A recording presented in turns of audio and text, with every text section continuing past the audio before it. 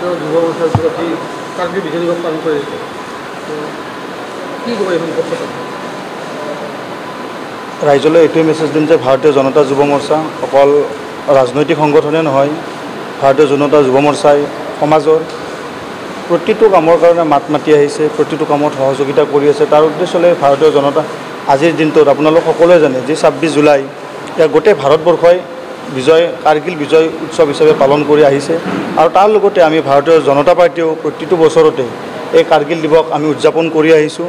এইবাৰ আমাৰ দুদিনীয়াকৈ কাৰ্যসূচী আছিল। 25 জুলাই আমি 5:30 বজাত এটি বন্তি প্ৰজ্বলন কৰিছিলোঁ আৰু সেইটো আমাৰ 25 ঘণ্টা জুৰি এইটো আমাৰ জ্বলি আছে। আৰু আজি আমি তেখেতসকলক, কাৰণ আমি যেতিয়া 1999 চনত যুদ্ধ হৈছিল তেতিয়া আমি হয়তো সকলোৱে সৰু আছিলোঁ, আমি তেতিয়া অনুধাৱন কৰিব পৰা নাছিলোঁ যে কাৰ্গিল বিজয় উৎসৱ কি। আজি আমি সেই সৈনিকসকলক আমি আজি সন্মান জনাব পাই আমি নথৈ আনন্দিত হৈছোঁ। আৰু এই চেগতে আমি সকলো সৈনিকলৈ আমি শ্ৰদ্ধা নিবেদিছোঁ। ধন্যবাদ।